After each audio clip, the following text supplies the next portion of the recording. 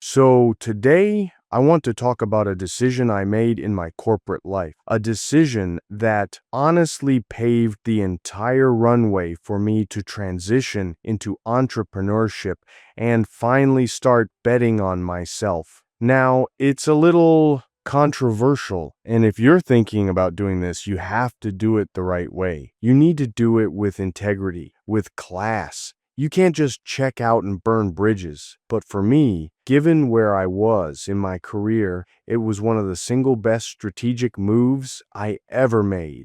It set me up for success when I finally took that leap of faith and went full time for myself. So, if you're a guy in your late 20s, your 30s, and you're in a job, it's a good job. It pays the bills. It's comfortable. But deep down, it's not it. You're not passionate about climbing that specific ladder. You've got that itch to build something of your own. Then this is for you. This is the strategy I'd use instead of just rage quitting one day with no plan. This is how you test the waters of entrepreneurship with almost zero risk.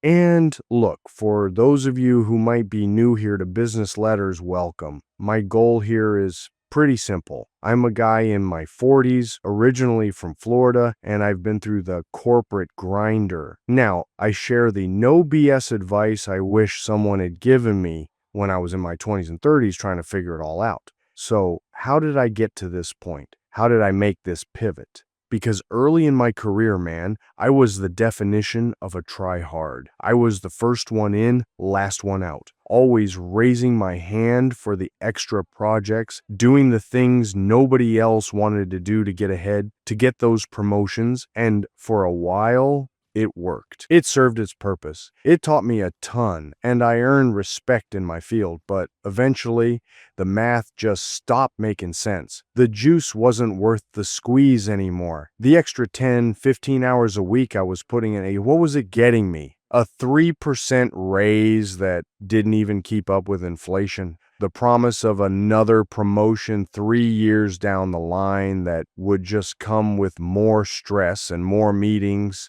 I was getting burned out. I was stressed. And for what? To build someone else's dream? I realized I was in what they call the golden handcuffs. The job was good enough to make it scary to leave, but not fulfilling enough to make me want to stay. And I knew I wanted to do my own thing, to build my own assets. So I made a conscious, strategic decision. It wasn't laziness. It was a reallocation of my most valuable resource, my energy. Some people call it quiet quitting. I call it an energy arbitrage. Let me break down what this actually means from a business perspective. Quiet quitting, or this energy arbitrage, is deciding to no longer give your employer your discretionary effort. You fulfill every letter of your job description. You are professional. You hit your deadlines. You do your 9 to 5 and you do it well, but that's it. The free overtime stops. The volunteering for stretch projects that lead nowhere stops. You stop treating your job like it's your identity and start treating it like what it is, a transaction. You provide a valuable service, and they provide you with a paycheck. End of story. The whole idea is to stop investing 110% of your creative and mental energy into a system that gives you a 2% return and start investing that extra 15 to 20% into an asset that you own 100% of. You're not slacking off. You're just changing where you work hard. Instead of staying until 7 p.m. to polish a PowerPoint deck for your boss, you leave at 5:01 p.m., you go home, you eat, maybe hit the gym, and then you spend 2 hours building the MVP for your SaaS idea. You spend your Saturday morning cold calling your first potential clients instead of checking in on work emails. And this leads to the most important part of the whole strategy, what I call emotional detachment.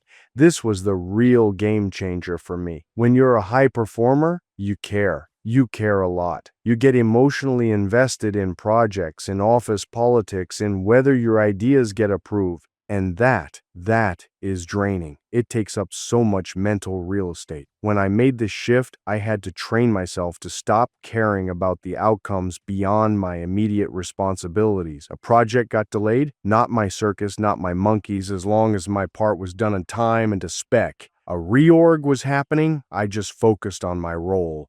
These stopped being my battles to fight. And all that mental energy I saved from not stressing about things I ultimately couldn't control, I poured it directly into my own ventures. I had more creativity, more focus, more willpower for the things that actually mattered to my future. I was building my escape pod while still getting paid to be on the mothership. My stress at the 9 to 5 plummeted, and my excitement for my 5 to 9 skyrocketed. Now let's be real, this isn't without risk. If you do this, you're essentially taking yourself out of the running for fast-track promotions. You're accepting that you're going to be seen as a solid, reliable B player, not the A plus rock star. And if layoffs come around, the people who aren't seen as going above and beyond are often the first on the list. That's the trade-off. You are trading short-term corporate advancement for long-term personal equity. That's why you can't just do this to be lazy and play video games. You must have a plan. For me, it worked. The extra time and energy allowed me to grow this YouTube channel, which started generating income. It gave me the space to validate other business ideas. By the time I was ready to quit for real, I wasn't jumping into a black hole. I was jumping toward 2 other income streams I had already built. I had de-risked my own entrepreneurial journey. I had a financial and mental cushion that made the leap feel less like a gamble and more like the next logical step. So, should you try hard at your job or should you strategically downshift? The answer depends entirely on where you are and where you want to go. If you love your job and see a clear, rewarding path forward, then by all means go all in. But if you feel that pull towards something else, something of your own, maybe it's time to stop giving your best energy away for free. And energy arbitrage, when done right, isn't about quitting. It's about starting. It's the first real investment you make in your own business. It's you finally betting on yourself. Let me know your thoughts on this down in the comments. Have you ever felt this way in your career? It's a bit of a busy time for me, got some new projects in the works, but I'll do my best to jump in on the conversation. I really appreciate all the support on the recent videos. I'll catch you all in the next one. Take care.